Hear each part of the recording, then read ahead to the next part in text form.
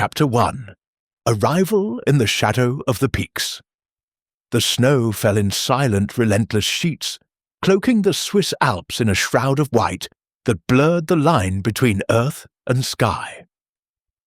Hercule Poirot, bundled in a heavy overcoat, his iconic moustache dusted with frost, peered through the frosted window of the funicular as it creaked its way up the mountainside. The invitation to Chaledor, a luxurious retreat nestled in a remote valley, had intrigued him. Penned by Baroness Helena von Richter, a woman of enigmatic reputation, it promised a week of refined company and intellectual discourse. Poirot, ever attuned to the subtleties of human nature, sensed an undercurrent of purpose beneath the Baroness's florid prose. His little grey cells, as he called them, were already stirring. The funicular jolted to a stop, and Poirot stepped onto the platform, where a liveried servant awaited with a lantern. "Monsieur Poirot, welcome to Chaledor," the man said, his accent clipped and Swiss. "The Baroness awaits you." Poirot adjusted his scarf and followed, his polished shoes crunching against the fresh snow. The chalet loomed ahead, its golden lights glowing like a beacon against the storm. Its timbered facade, adorned with intricate carvings, spoke of old wealth, while the towering peaks behind it whispered of isolation. Inside, the air was warm, scented with pine and wax polish. The grand hall boasted a roaring fireplace, its flames casting shadows on the oak-panelled walls. Crystal chandeliers gleamed above a Persian rug, and a mahogany staircase spiraled to the upper floors.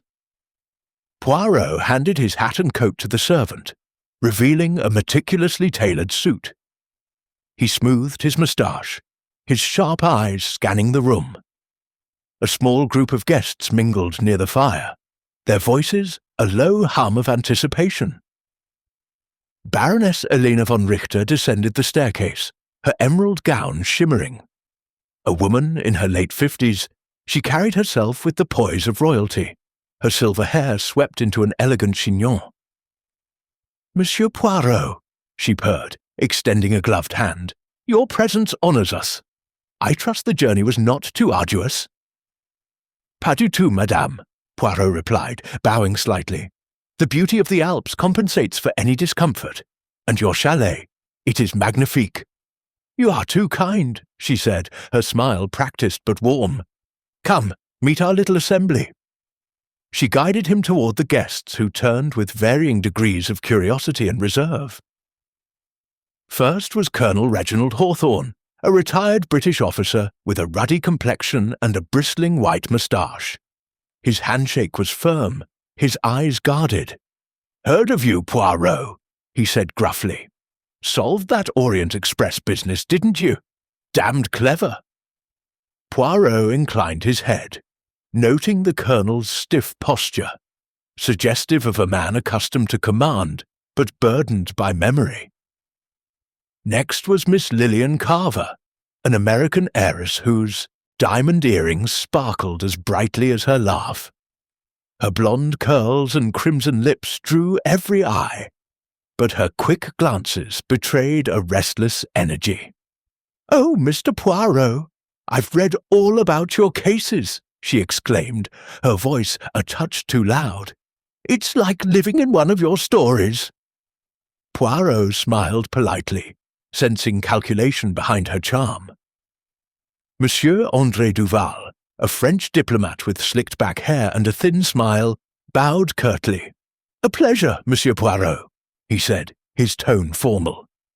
His eyes, however, darted to the Baroness, a flicker of unease passing through them. Poirot filed this away, his mind already cataloguing the group's dynamics. Others included Frau Helga Braun, a German widow with a stern demeanour and a penchant for knitting; Dr. Emilio Rossi, an Italian botanist with ink-stained fingers and a nervous cough; and Victor Stahl, a young Swiss ski instructor whose athletic build and shy smile hinted at a simpler life than the others.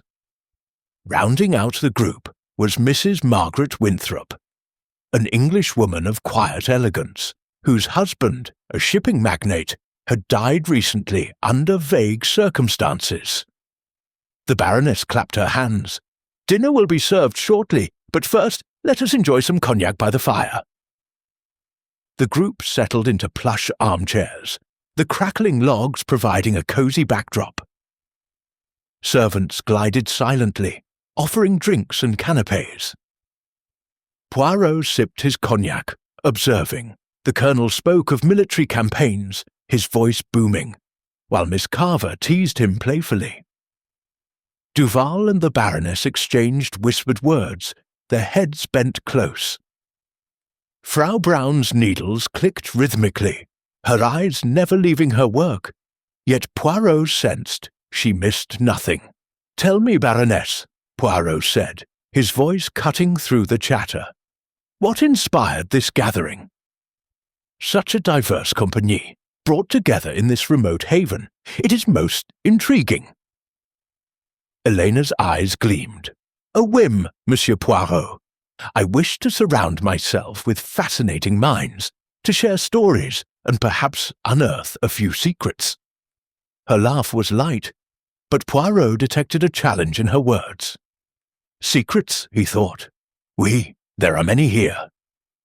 As dinner was announced, the wind howled outside, rattling the windows. The storm had worsened, snow piling against the chalet's walls. The dining room was a vision of opulence, a long table draped in white linen, silver candelabras, and crystal goblets. The meal, roast venison, truffled potatoes, and a velvety consommé, was exquisite, yet the conversation felt strained. Miss Carver's flirtations with Victor drew a scowl from Frau Brown, while Dr. Rossi's muttered remarks about alpine flora went ignored. The Colonel drank heavily, his anecdotes growing darker, while Mrs. Winthrop toyed with her pearls, her face pale. Poirot, seated beside the Baroness, probed gently. "This chalet, madame, it has a history, non? A place so grand must hold many tales." "Oh, indeed," Elena replied, her fork pausing. "Built by my great-grandfather, it was a retreat for nobility. Some say it hides treasures from the war, jewels, documents, perhaps even ghosts." She smiled, but her eyes were sharp. Watching for reactions, the table fell silent for a moment, the word treasures lingering like smoke. As dessert, a delicate chocolate torte was served. The lights flickered briefly, eliciting a gasp from Miss Carver. "Just the storm, my dear," the Baroness soothed. But Poirot noted Duval's clenched fist. The evening ended with a return to the fire, where cards and conversation resumed. Laughter rang out, but it was brittle, like ice about to crack. Poirot retired early, claiming fatigue, but his mind was alight. In his room, he stood by the window, watching the snow swirl. The chalet was a stage, its guests actors in a play whose script he did not yet know.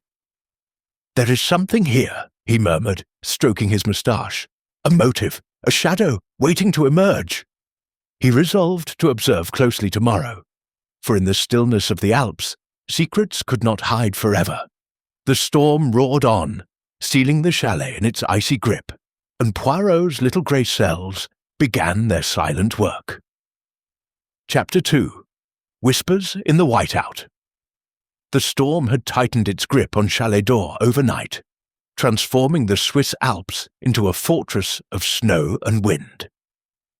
Hercule Poirot awoke early, his internal clock as precise as ever, and stood at his window, watching the blizzard obliterate the world beyond. The chalet, though warm and opulent, felt like a gilded cage, its isolation amplifying every creak and murmur. He smoothed his moustache, his little grey cells already humming with the peculiarities of last night's dinner. The guarded glances, the Baroness's cryptic mention of treasures, and the flicker of unease in Monsieur Duval's eyes. Breakfast was served in the dining room, where tall windows revealed nothing but swirling white. The guests gathered, their faces a mix of forced cheer and subtle strain. Baroness Elena von Richter presided over the table, her emerald earrings catching the chandelier's light. "A true Alpine adventure, is it not?" she said, her voice bright but her smile tight. "We are at nature's mercy today." Colonel Hawthorne grunted, buttering his toast with military precision. "Damned inconvenience, if you ask me. No way in or out until this clears." His eyes scanned the room, as if assessing a battlefield. Miss Lillian Carver, wrapped in a fur-trimmed shawl, laughed nervously. "It's romantic, don't you think? All of us snowbound, like characters in a novel." Her gaze lingered on Victor Stahl, the young ski instructor, who blushed and focused on his coffee. Poirot sipped his café au lait, observing. Frau Helga Braun's knitting needles clicked relentlessly, her stern face unreadable.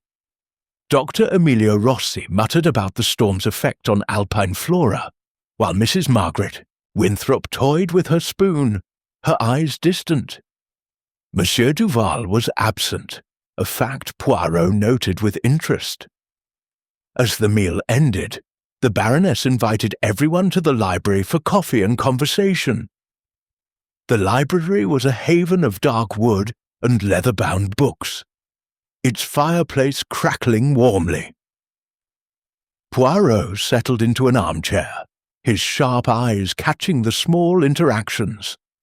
Victor fetching a shawl for Miss Carver, the Colonel's gruff dismissal of Dr. Rossi's botanical musings, and Frau Braun's silent scrutiny of the room. The Baroness began sharing tales of the chalet's history, her voice weaving a spell. "My great-grandfather built this place as a sanctuary," she said, gesturing to a portrait of a stern man in a fur-collared coat.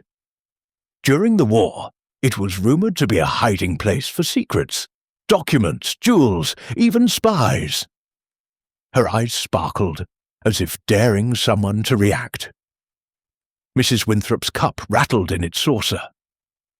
"Secrets?" she murmured, then fell silent, her face pale. Before Poirot could probe, Miss Carver gasped, clutching her throat. "My brooch! My sapphire brooch! It's gone!" She sprang up, rifling through her shawl and handbag. The room froze, all eyes on her. "Are you certain, my dear?" the Baroness asked, her tone calm but her eyes narrowing. "I pinned it to my dress last night," Miss Carver insisted, her voice rising. "Someone must have taken it." The accusation hung in the air, heavy as the snow outside. Colonel Hawthorne snorted. "Careless, leaving valuables about. Probably slipped off in the night." Poirot raised a hand, his voice soothing yet commanding. "Calm, mes amis. Let us be methodical. Mademoiselle Carver, when did you last see this brooch?" "After dinner, in the salon," she replied, her eyes wide. "I went to my room, and it was still there. This morning, it's gone." Poirot's mind whirred. A theft so soon? It seemed trivial, yet his instincts whispered of distraction. "We shall search, n'est-ce pas? And perhaps, mademoiselle, you will describe this brooch in detail." As the group dispersed to check their rooms, Poirot lingered, watching. Duval appeared at last, his face drawn, claiming he'd overslept. His excuse was plausible, but his hands trembled slightly as he poured coffee. Poirot filed this away, his suspicion deepening. The search yielded nothing, and by midday, tensions simmered. The storm raged on, the wind howling like a chorus of ghosts. Poirot wandered the chalet's corridors, noting the creak of floorboards and the faint draught from a sealed window. In a quiet alcove, he overheard a hushed exchange between Frau Braun and Dr. Rossi. "You know why we're here," she hissed, her needles pausing. "Don't play the fool." Rossi's reply was inaudible, but his nervous cough betrayed him. Returning to the salon, Poirot found the Baroness alone, staring into the fire. "Monsieur Poirot," she said without turning, "you sense it, too, don't you? The unease, like a shadow beneath the snow." "Oui, madame," he replied, his voice low. "There is a pattern forming, but it is not yet clear. The brooch, I think, is but a ripple on the surface." She nodded, her expression unreadable. "Be careful, monsieur. The Alps guard their secrets fiercely." As evening fell, the chalet's lights flickered, plunging the salon into momentary darkness. A scream shattered the silence, high, piercing, unmistakably Miss Carver's. The group rushed to the source, the conservatory, a glass-walled room overlooking the snowbound valley. There, Miss Carver stood trembling, pointing to a shattered vase on the floor. "I saw someone," she gasped, "a figure, in the shadows, just outside." Poirot examined the scene, his torch cutting through the dimness. The vase lay in pieces, but the snow beyond the glass was undisturbed. No footprints, no sign of intrusion. "Curieux," he murmured, his eyes narrowing. "The storm plays tricks, perhaps, but the mind, it plays tricks also." The group returned to the salon, shaken. The colonel muttered about nerves, while Duval's face grew paler. Frau Braun resumed her knitting, her needles clicking like a metronome of suspicion. Poirot, however, felt a spark of clarity. The brooch, the vase, the whispered words, they were threads in a tapestry, and he would unravel it. As the fire burned low, Poirot retired, his mind alive with questions. The chalet was a puzzle, its pieces scattered among the guests. The storm outside mirrored the storm within, and somewhere, in the whiteout, a secret waited to be uncovered. Chapter 3. The Frozen Facade Cracks. The morning broke with a deceptive calm. The blizzard's ferocity softened to a steady fall of snow that blanketed Chaledor in an eerie silence. Hercule Poirot stood at his window, his breath fogging the glass, his little grey cells churning through the events of the previous night. The missing brooch, the shattered vase, and Miss Carver's scream. The chalet, though warm and opulent, pulsed with unease, its grandeur a thin veneer over secrets waiting to erupt. He adjusted his tie, smoothed his moustache, and prepared to face the day, certain that the storm's isolation was no mere backdrop, but a catalyst for truth. In the dining room, the guests gathered for breakfast, their faces drawn. The absence of Monsieur André Duval was conspicuous, his chair empty at the table. Baroness Elena von Richter, resplendent in a sapphire-blue dress, maintained her poise, but her eyes flicked towards the empty seat. "Monsieur Duval is unwell," she announced, her voice smooth. "He sends his regrets." Poirot's brow arched slightly. "Unwell, madame? Most unfortunate. I shall inquire after him later." His tone was polite, but his gaze lingered, noting her fleeting discomfort. The meal was subdued, the clink of cutlery sharp against the silence. Colonel Hawthorne grumbled about the storm.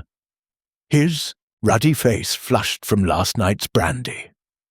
Miss Lillian Carver, her usual vivacity dimmed, toyed with her croissant, her eyes darting nervously.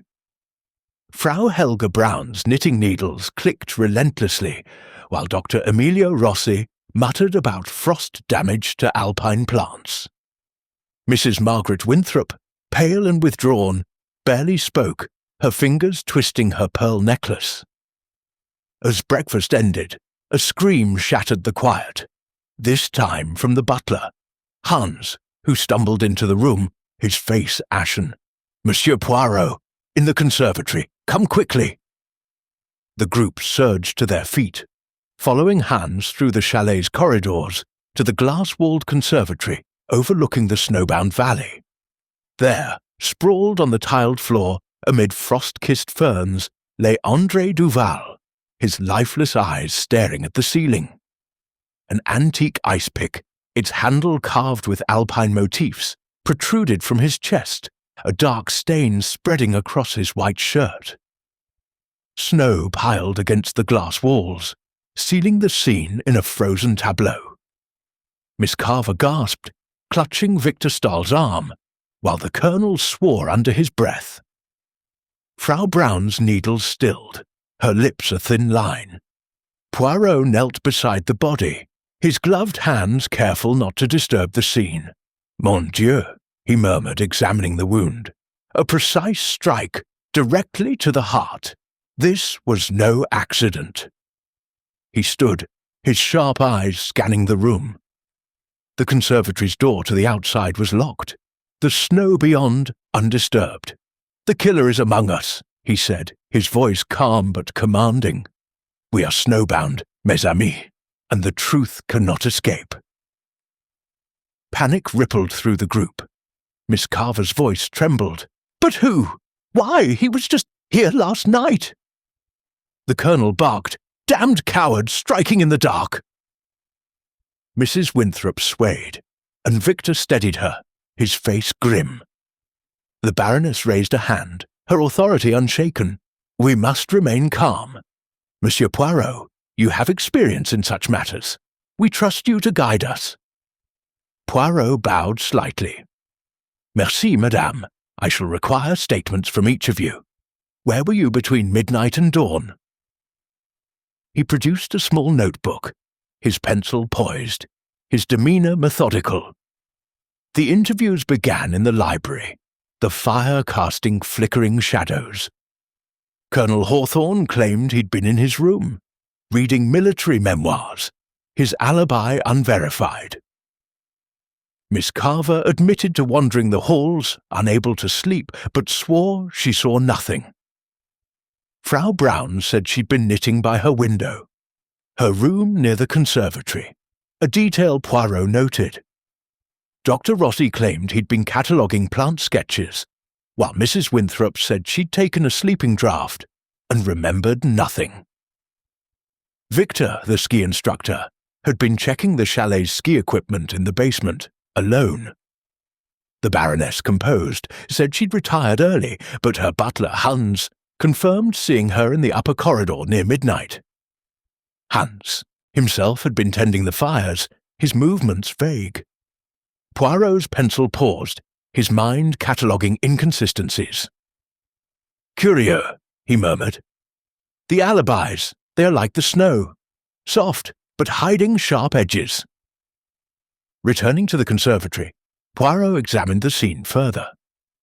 The ice pick, he learned, was part of the chalet's decor, displayed on a wall until recently. Near the body, he found a crumpled piece of paper, half hidden under a fern. Unfolding it, he read a scrawled note in French. "The truth lies in Berlin, 1918. His eyes narrowed. Espionage, perhaps? Duval, a diplomat, might have carried secrets worth killing for. Back in the salon, the guests huddled, their faces etched with fear. Poirot addressed them, his voice steady. "Monsieur Duval's death is no random act. There is purpose here, a thread that connects to the past. I urge you to speak what you know, for silence protects only the guilty." Miss Carver burst into tears, her alibi crumbling as she admitted seeing Duval arguing with someone in the corridor last night. A man, she thought, but the shadows hid his face. The Colonel scoffed, but his own account of the evening grew muddled under Poirot's questioning. Frau Braun's eyes met Poirot's, her gaze unyielding, as if daring him to probe deeper. As the day waned, the snow continued to pile against the windows, a relentless reminder of their isolation. Poirot paced the library, piecing together fragments. The note, the ice pick, the whispered argument, they pointed to a motive rooted in history, perhaps tied to the Baroness's tales of wartime secrets. Duval's diplomatic career, he suspected, held the key, but the guests' guarded demeanours suggested they all had something to hide. Dinner was a tense affair. The empty chair at the table, a grim reminder of death's presence. The lights flickered again, and the wind howled, as if the Alps themselves were conspiring to keep the truth buried. Poirot, sipping his wine, watched the faces around him, his little grey cells working tirelessly. The facade of civility had cracked, and beneath it, a darker truth was beginning to emerge. Chapter 4. Echoes of Betrayal. The snowbound Chaledor stood silent under the weight of tragedy, its opulent halls now shadowed by the murder of André Duval. Hercule Poirot, his mind as sharp as the icicles fringing the eaves, paced the library, the fire's glow casting his silhouette against shelves of leather-bound tomes. The crumpled note, "The Truth Lies in Berlin, 1918, burned in his memory, a clue pointing to a past that refused to stay buried. The storm raged on, sealing the guests in a crucible of suspicion, and Poirot's little grey cells worked tirelessly to unravel the threads of motive and deceit. Morning brought a strange breakfast, the guests' faces etched with fear and fatigue. Baroness Eleanor von Richter, her composure a fragile mask, presided over the table, her eyes avoiding the empty chair where Duval had sat.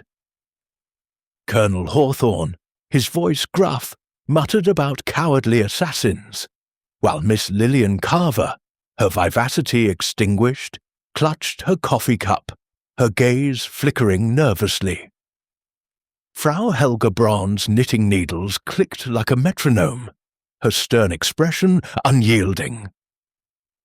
Dr. Emilio Rossi rambled about Alpine frost, his nervous cough punctuating the silence, while Mrs. Margaret Winthrop, pale as the snow outside, barely touched her food. Victor Stahl, the ski instructor, sat quietly, his youthful face troubled. Poirot, sipping his café au lait, observed the undercurrents. Miss Carver's claim of seeing Duval arguing with a shadowed figure intrigued him, as did the Colonel's muddled alibi. He resolved to probe deeper, but first he sought out Hans the butler, whose vague movements on the night of the murder raised questions. In the pantry, Hans polished silver with mechanical precision. "Monsieur Poirot," he said, his Swiss accent clipped, "I only tended the fires. I saw nothing unusual." His eyes, however, darted to the side, and Poirot noted the slight tremor in his hands. "Perhaps, Monsieur Hans, you heard something?" Poirot pressed gently. "A word, a footstep, in the night." Hans hesitated, then whispered, "The Baroness, she spoke of a safe, hidden in the chalet. Old family secrets, she said. I overheard her with Monsieur Duval before—" He trailed off, his face paling. Poirot's moustache twitched. "A safe, you say? Most interesting. Merci, Hans." He dismissed the butler, his mind alight with possibilities. A hidden safe could hold the key to Duval's death, documents, jewels, or perhaps the truth from Berlin, 1918.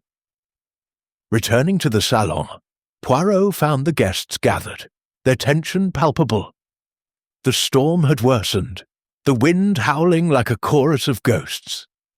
Suddenly, Frau Braun gasped, her knitting falling to the floor. "My chalice!" she cried, pointing to a silver goblet on the sideboard. "I drank from it this morning.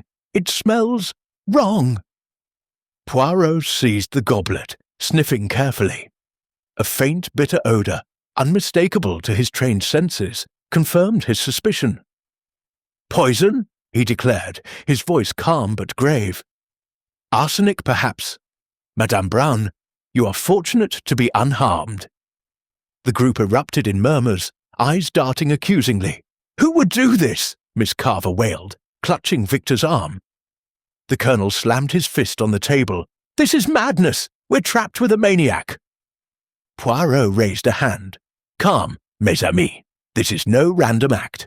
The poison, like the ice pick, is deliberate. We must consider who had access to this goblet.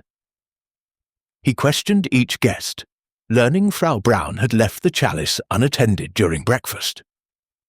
No one admitted to tampering, but Dr. Rossi's nervous cough intensified, and Mrs. Winthrop's fingers twisted her pearls until the strands snapped, pearls scattering across the floor.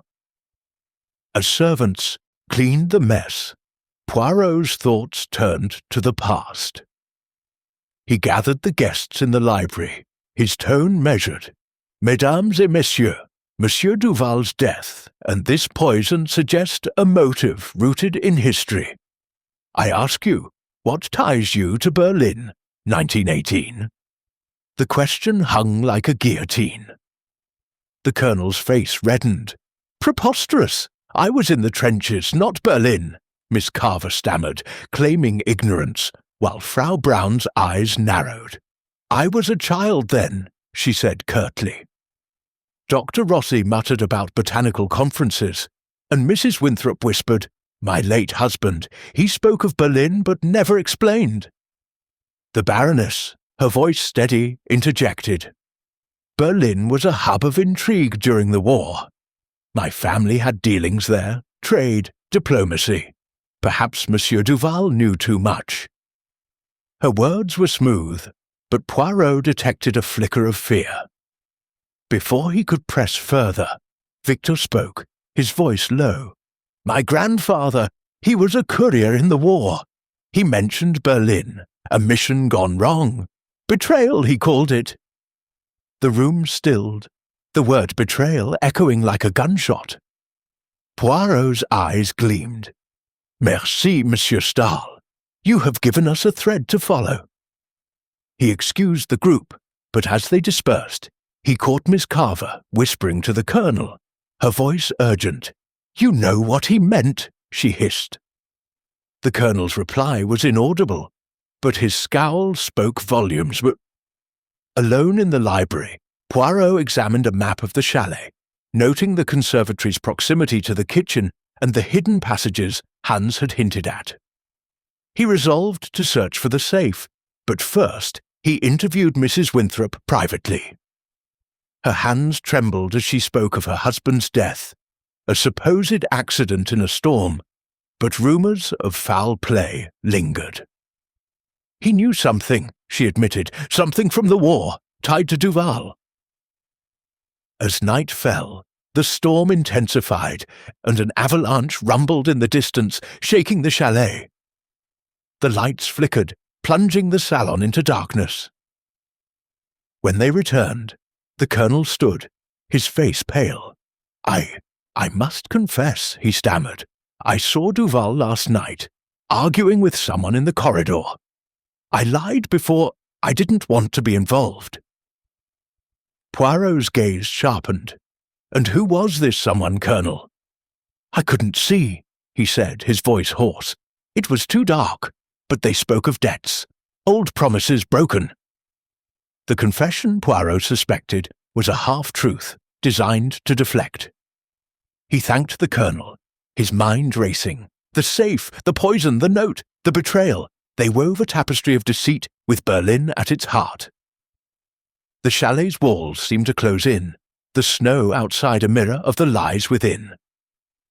As Poirot retired, his little grey cells burned with certainty. The killer was growing desperate, and the next move would be bold. Chapter 5. Shadows on the Slopes.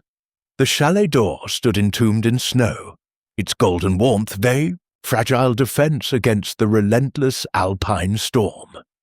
Hercule Poirot, his mind as sharp as the icicles dangling from the eaves, sat in his room. The crumpled note from Berlin, 1918, and the poisoned chalice swirling in his thoughts. The murder of André Duval, the attempted poisoning of Frau Braun, and Colonel Hawthorne's half-confessed citing of a shadowed argument pointed to a conspiracy rooted in a distant past. The chalet's isolation, intensified by the avalanche that rumbled last night, made escape impossible, turning the guests into players in a deadly game. Poirot's little grey cells hummed, sensing the killer's desperation growing with each passing hour. Morning dawned with a muted light, the snow still falling, though less fiercely. At breakfast, the atmosphere was taut, the guests' faces pale and strained. Baroness Elena von Richter, her elegance undimmed despite the tension, presided over the table, her eyes scanning the group like a hawk. "The storm may ease soon," she said, her voice calm, but her fingers tightening around her coffee cup.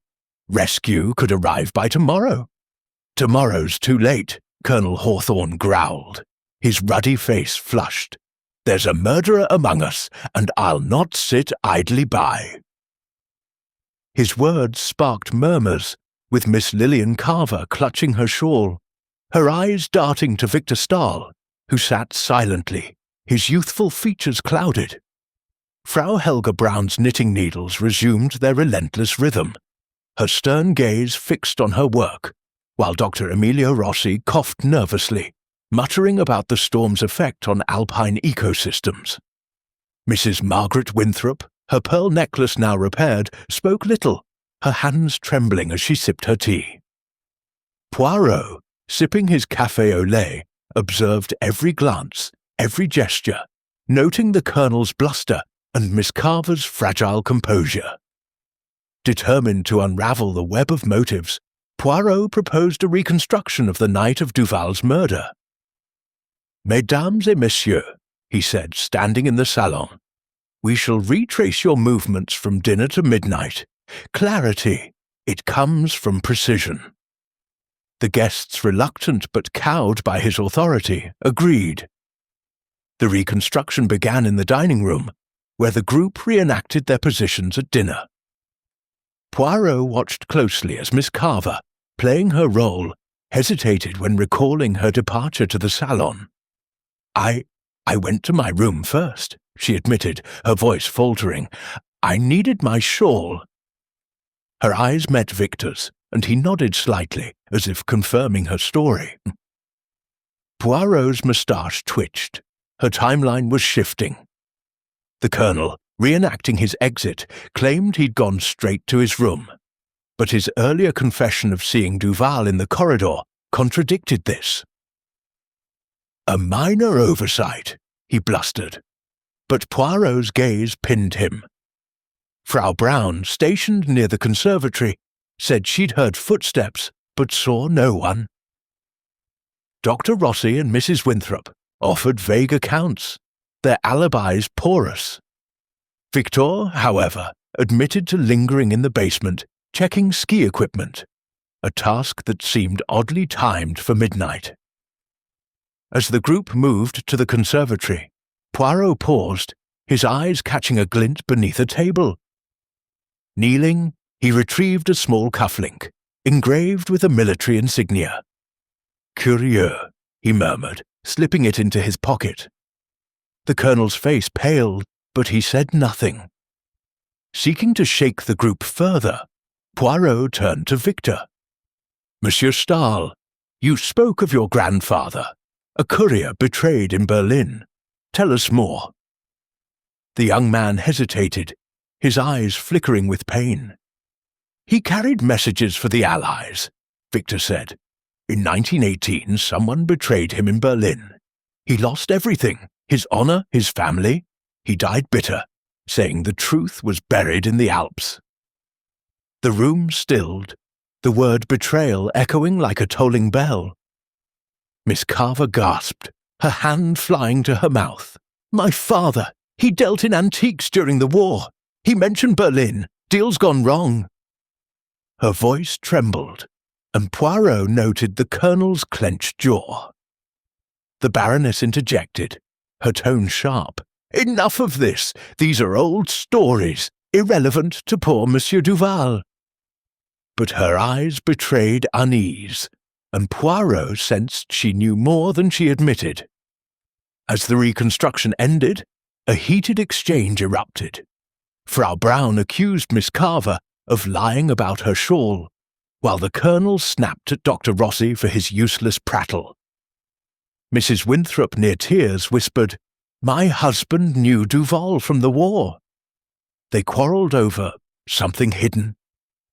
Her words hung, unfinished, as the group dispersed, tempers frayed. Poirot sought out Hans, the butler, in the pantry, probing about the hidden safe.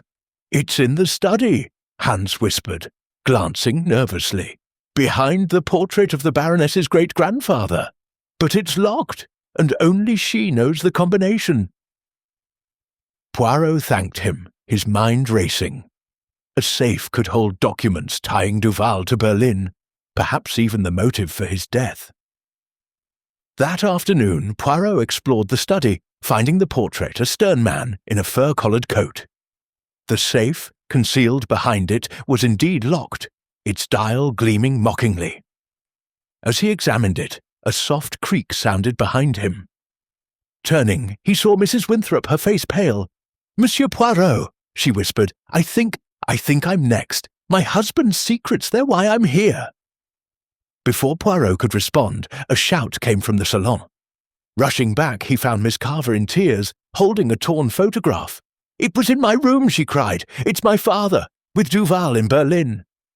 The image showed two men, younger, smiling, with a third figure blurred in the background. Poirot's eyes narrowed. The third figure wore a military uniform, its insignia matching the cufflink. As night fell, the chalet's isolation pressed harder, the snow a relentless captor. Poirot gathered the guests, his voice calm but firm. "We are close to the truth, mes amis. The past, Berlin, betrayal, secrets, binds you all. Speak now, or the shadows on these slopes will claim another." The group stared, silent, their faces a gallery of fear and guilt. Outside, the wind howled, and Poirot knew the killer was watching, waiting for the next move in this deadly dance. Chapter 6. The Avalanche of Lies. The Chaledor groaned under the weight of the unrelenting snow.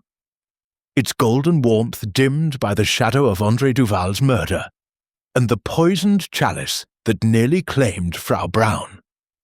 Hercule Poirot stood in the study, his eyes fixed on the portrait of Baroness Elena von Richter's great-grandfather, behind which lay the hidden safe. The torn photograph, the cufflink with a military insignia, and Victor Stahl's tale of wartime betrayal in Berlin, 1918, wove a tapestry of deceit, with threads leading to every guest. The avalanche that had shaken the chalet last night was more than a natural disaster. It had uncovered a hidden tunnel, a relic of the chalet's secretive past, and Poirot sensed it held clues to the killer's motive. His little grey cells buzzed, the storm outside mirroring the chaos within. Morning light filtered weakly through the snow-laden windows, casting a pallor over the breakfast table. The guests were subdued, their faces etched with suspicion. Baroness Elena, her elegance strained, sipped her coffee, her eyes avoiding the empty chair where Duval once sat. Colonel Hawthorne, his ruddy face tense, muttered about the avalanche, blaming it for their prolonged isolation. Miss Lillian Carver, her blonde curls dishevelled, clutched the torn photograph, her eyes red from crying. Frau Braun's knitting needles clicked with unnerving steadiness, while Dr. Emilio Rossi's nervous cough punctuated his ramblings about alpine soil. Mrs. Margaret Winthrop, her repaired pearl necklace glinting, stared into her tea, her hands trembling. Victor Stahl, the ski instructor, sat quietly, his youthful face shadowed by his grandfather's betrayal. Poirot, sipping his café au lait, announced his plan. "Mesdames et messieurs, the avalanche has revealed a tunnel beneath the chalet, mentioned by Hans as a wartime passage. We shall explore it today, for it may hold answers to Monsieur Duval's death." The group murmured uneasy, but Poirot's authority quelled dissent. Led by Hans, Poirot and the guests descended to the basement, where a heavy door, buried under years of dust, opened into a narrow tunnel. The air was damp, the walls rough-hewn, lined with faded crates bearing German and French markings.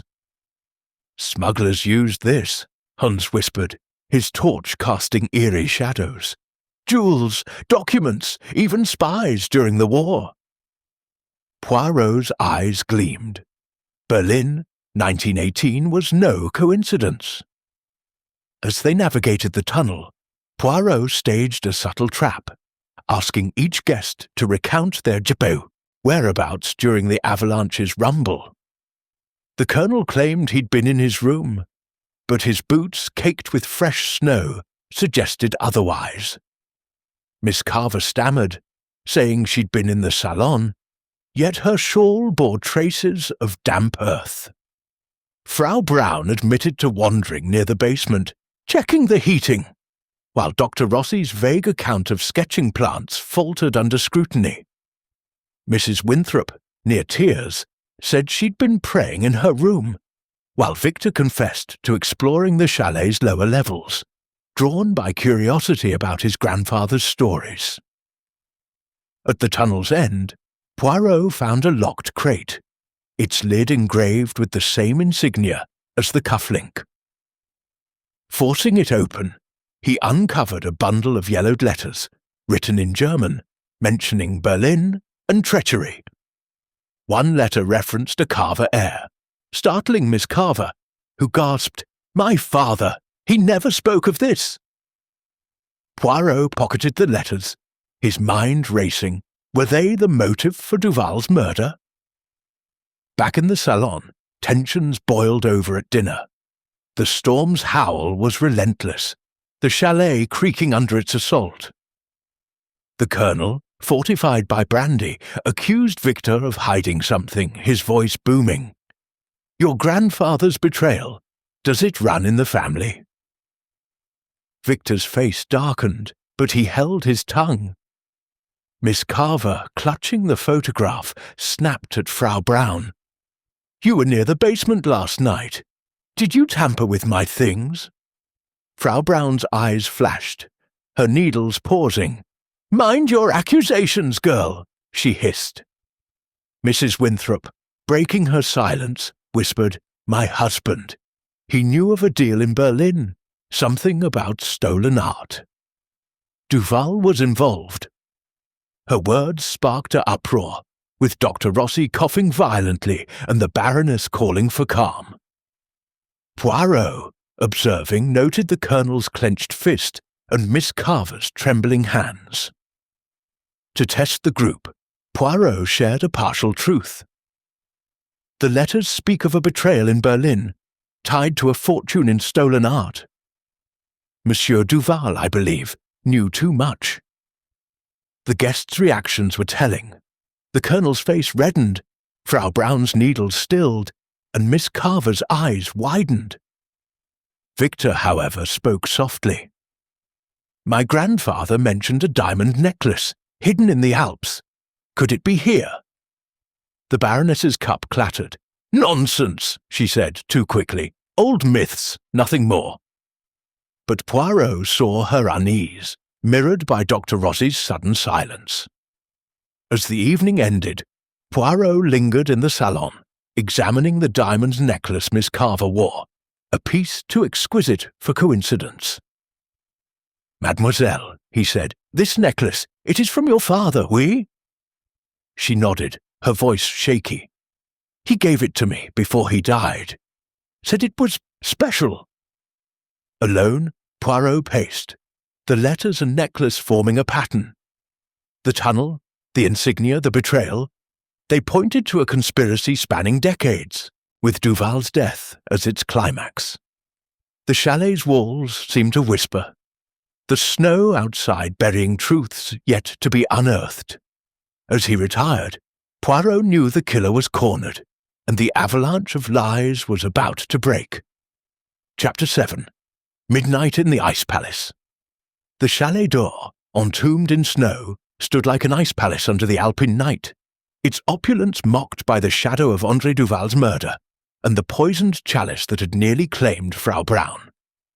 Hercule Poirot, his little grey cells ablaze, sat by the fire in the library, the wartime letters from the tunnel and Miss Carver's diamond necklace swirling in his thoughts. The letters spoke of betrayal in Berlin, 1918, tied to stolen art, while the necklace hinted at a tangible link to that past. The avalanche had exposed a hidden tunnel, and with it, secrets that threatened to unravel the killer's carefully woven lies. The storm outside, though slightly abated, still sealed the chalet, and Poirot knew the killer was growing desperate. As midnight approached, Poirot resolved to explore the chalet's attic, where Hans, the butler, had mentioned old family records were stored. Slipping through the darkened corridors, his torch casting a narrow beam, he climbed a narrow staircase to the attic door. The air was musty, thick with the scent of aged paper and wood.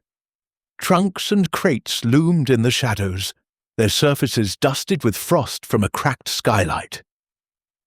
Poirot's meticulous hands sifted through yellowed diaries, their pages brittle, penned by the Baroness's great-grandfather. One entry, dated 1918, caught his eye. Berlin deal secured, but at great cost. The Carver heir must never know. His moustache twitched. Miss Carver's father was no mere antique dealer. A faint creak interrupted his thoughts.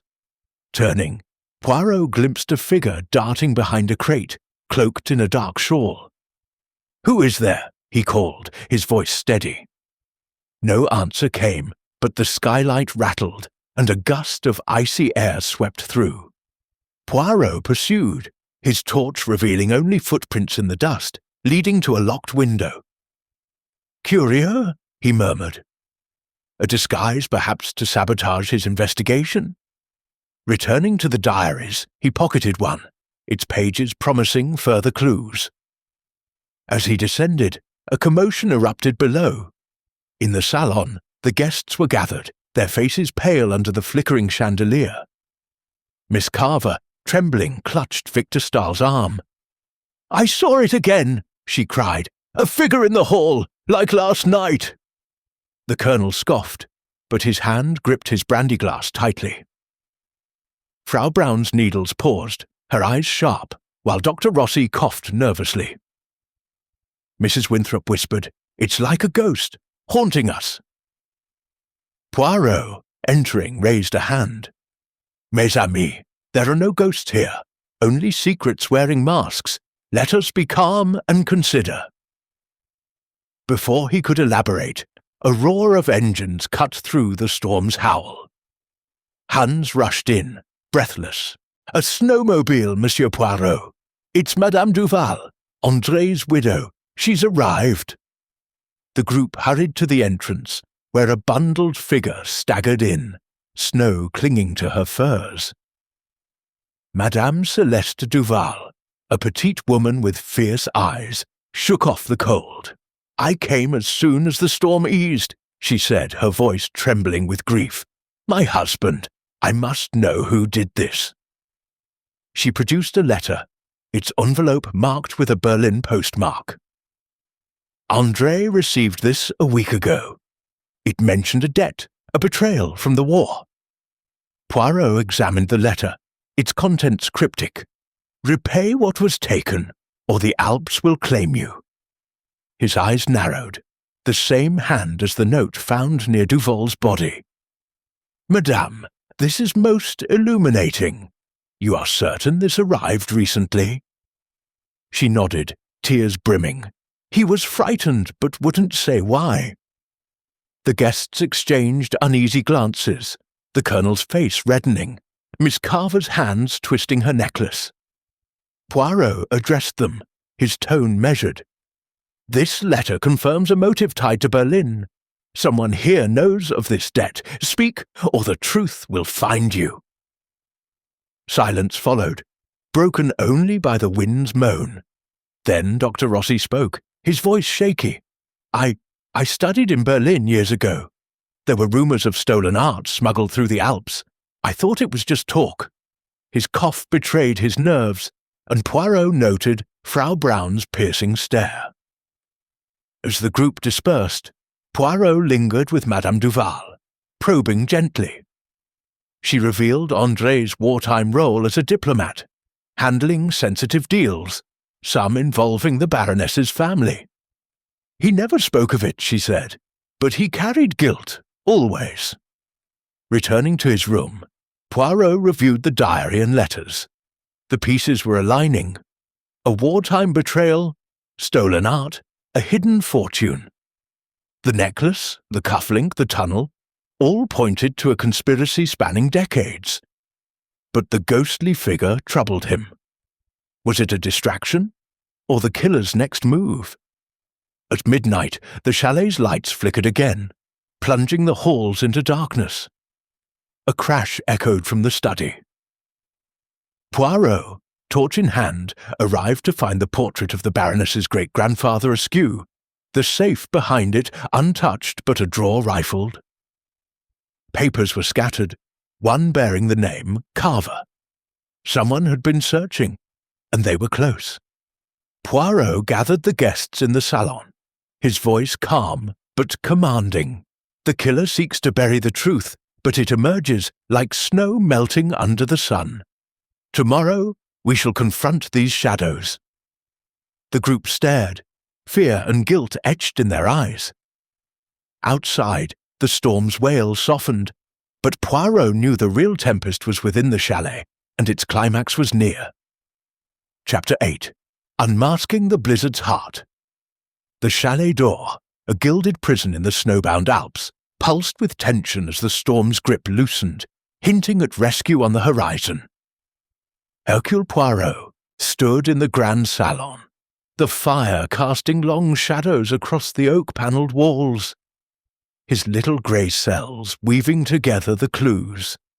André Duval's murder, the poisoned chalice, the wartime letters from Berlin, 1918, Miss Carver's diamond necklace, and the mysterious figure haunting the chalet's halls.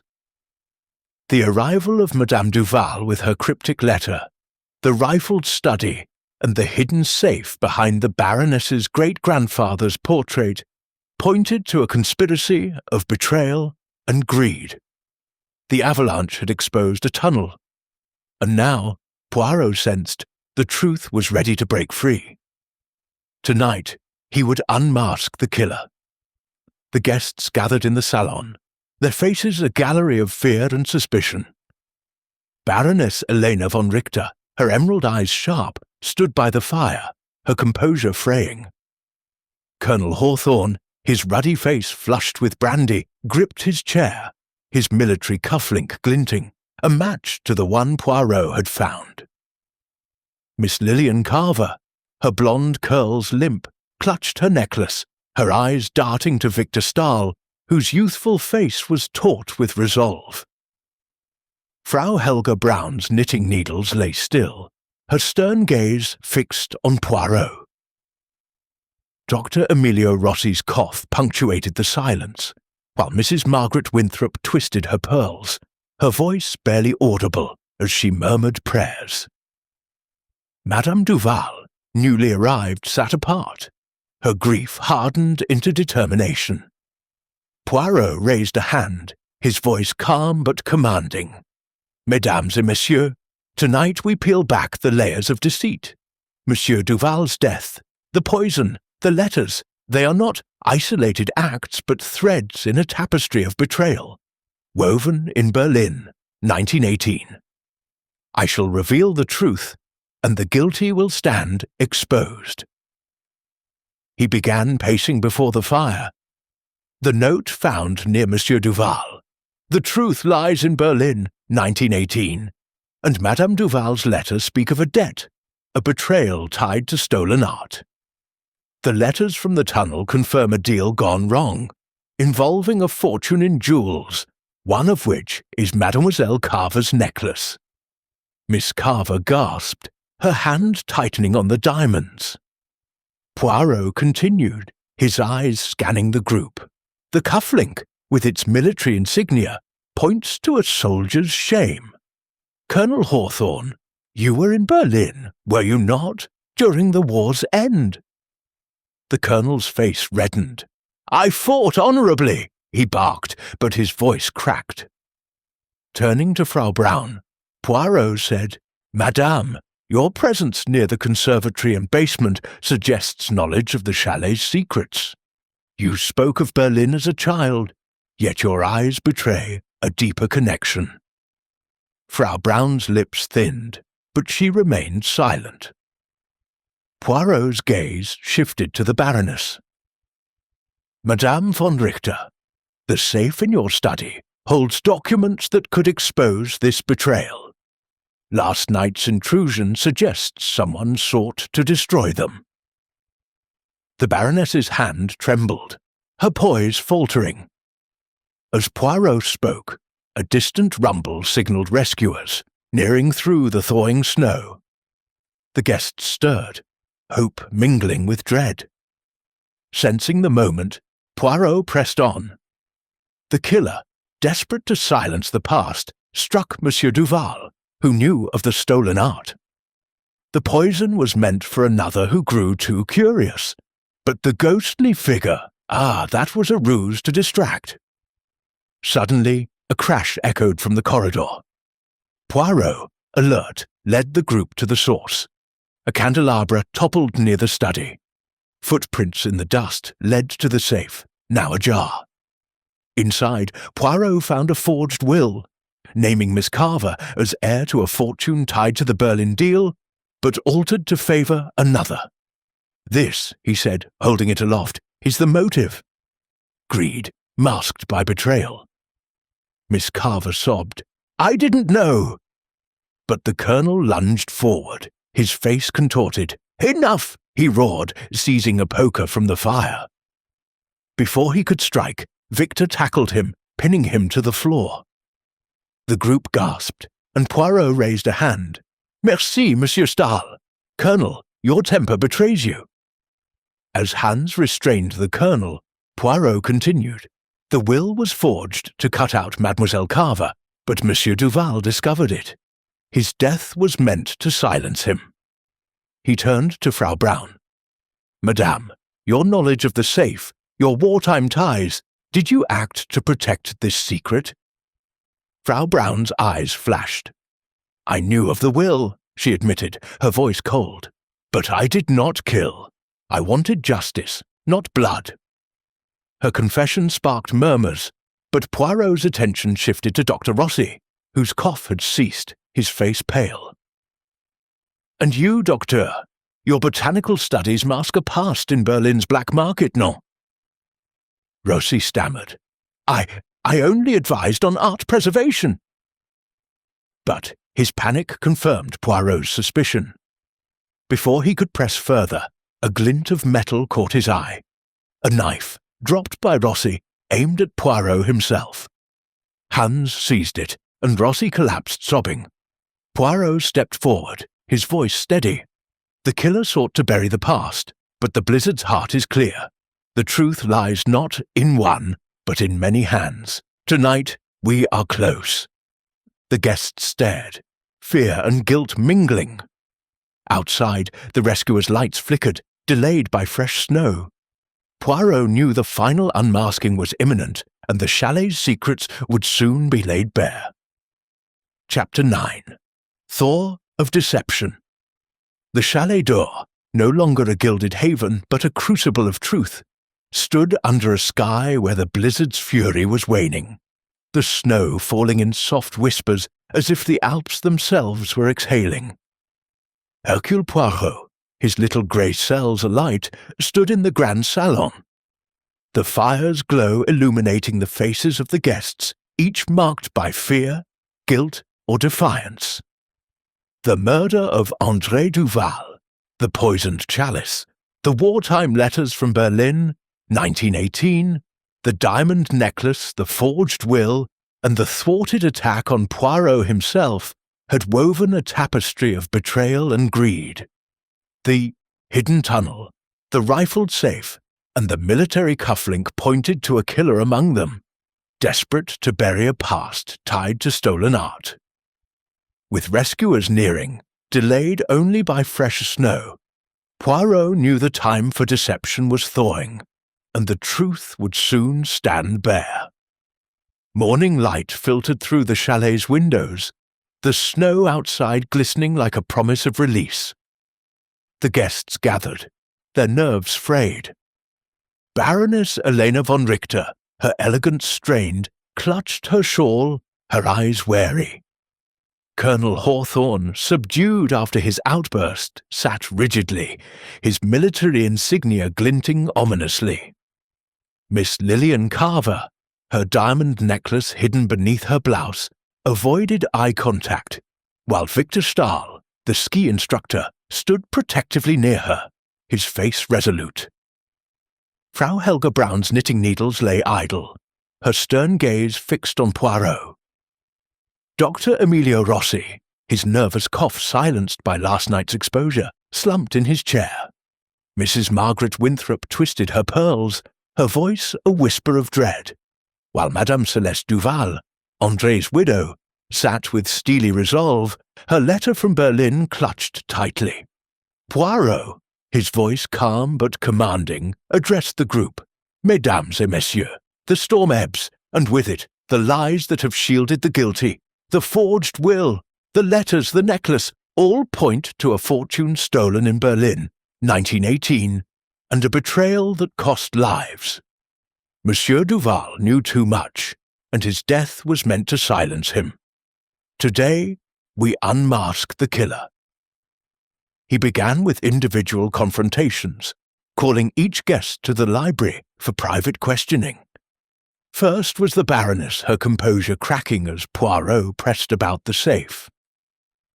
The documents, she admitted, her voice low, concerned my family's dealings in Berlin, art, jewels, smuggled for profit.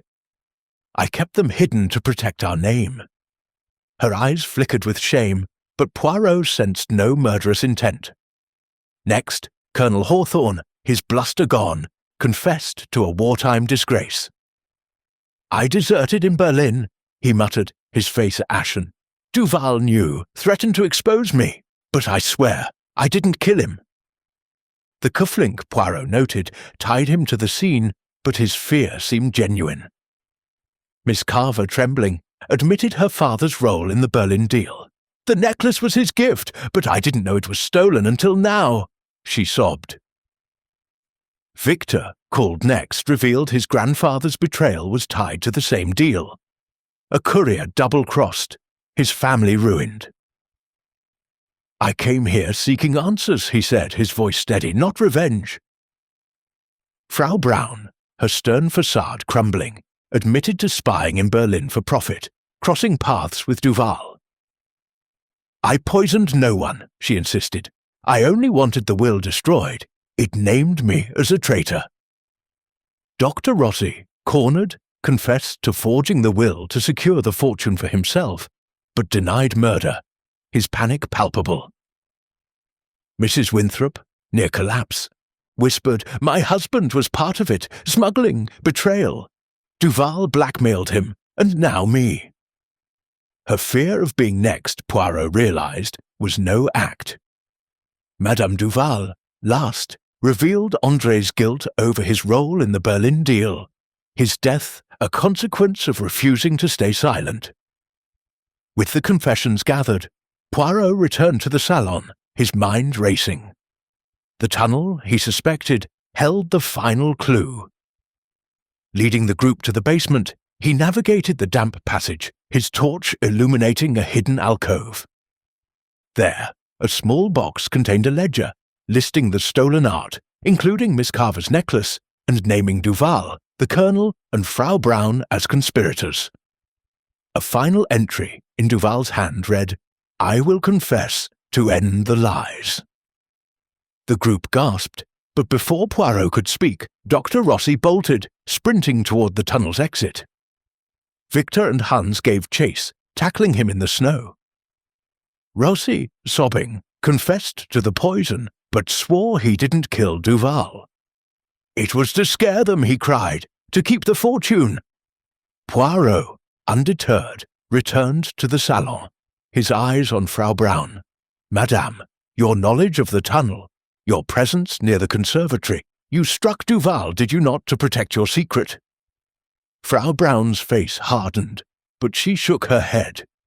"I am no murderer." As the truth crystallized, Poirot's gaze shifted to an unexpected figure. The ledger, the cufflink, the forged will, they pointed to a motive hidden in plain sight. The confrontation was interrupted by a shout. Rescuers' lights pierced the dusk, closer now. Poirot raised a hand. "The Thor reveals all, mes amis. Tomorrow, in the light of dawn, the killer will be named."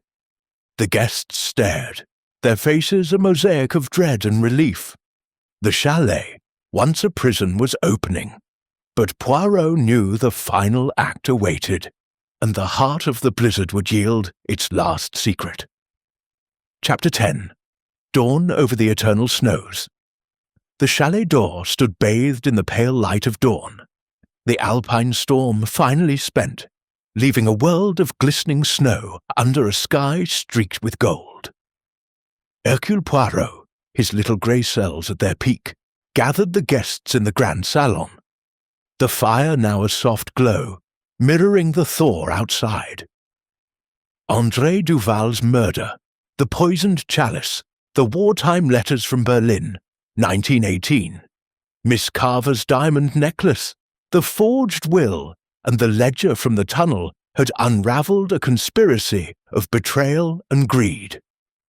The ghostly figure, the rifled safe, and the military cufflink had pointed to a killer among them.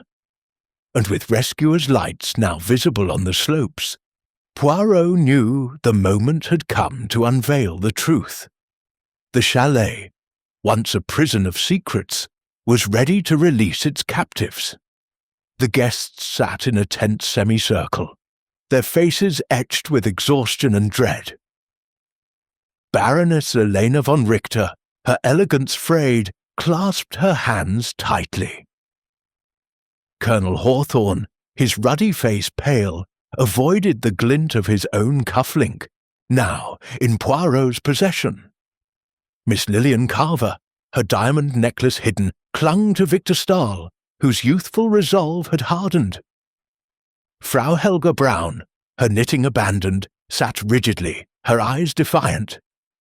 Dr. Emilio Rossi, exposed as the forger, slumped in shame, his cough silent. Mrs. Margaret Winthrop, her pearls clutched, whispered prayers, while Madame Celeste Duval, André's widow, sat with fierce determination, her letter from Berlin on her lap. Poirot stood before the fire, his voice calm but commanding. "Mesdames et messieurs, the snows have parted, and so too must the lies. Monsieur Duval's death was no random act, but the climax of a betrayal begun in Berlin, 1918. A deal in stolen art, a fortune in jewels, and a web of guilt that binds you all. Today, I name the killer," he began, his eyes sweeping the room. "The ledger from the tunnel lists Monsieur Duval, Colonel Hawthorne, and Frau Braun as conspirators in a wartime smuggling ring, with Mademoiselle Carver's father and Madame Winthrop's husband. The diamond necklace, a prize from that deal, was meant for the Carver heir, but a forged will sought to redirect the fortune." Miss Carver gasped, her hand flying to her throat. Poirot turned to the Colonel. "Colonel Hawthorne, your cufflink places you near the conservatory, and your desertion in Berlin gave Duval leverage to blackmail you, but your temper, it betrays fear, not murder." The Colonel's shoulders sagged, his denial weak. To Frau Braun, Poirot said, "Madame, your spying in Berlin tied you to the deal, and your presence near the conservatory suggests opportunity.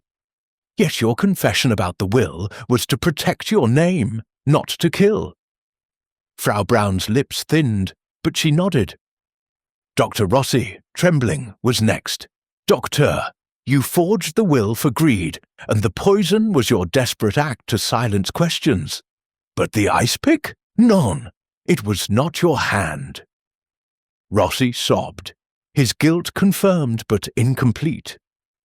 Poirot's gaze shifted to Mrs. Winthrop, her face ashen. "Madame, your husband's role in the Berlin deal and Duval's blackmail made you a victim, not a killer.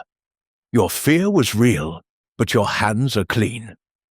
Madame Duval, her eyes blazing, spoke. "My André wanted to confess, to right the wrongs. That's why he died." Poirot nodded. "Oui, madame. His conscience threatened the guilty." Finally, Poirot turned to the Baroness, her composure cracking.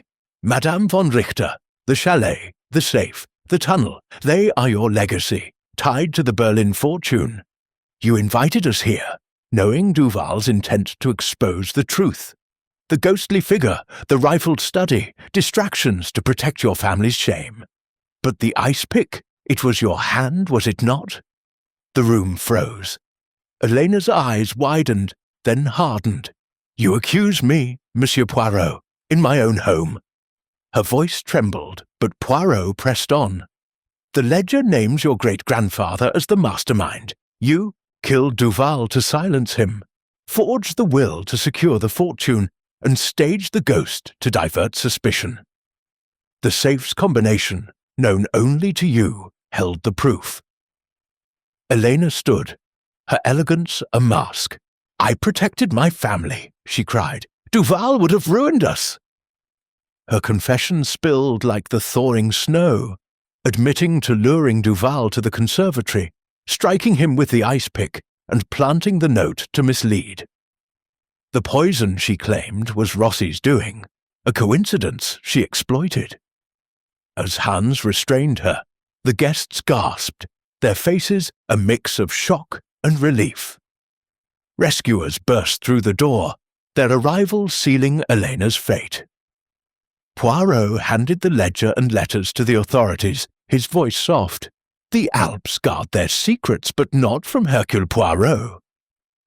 As the guests departed, forever changed, Poirot stood by the window, the eternal snows gleaming under the dawn. A final twist lingered. The ledger hinted at another jewel, still hidden. But for now, justice was served, and the chalet was silent once more.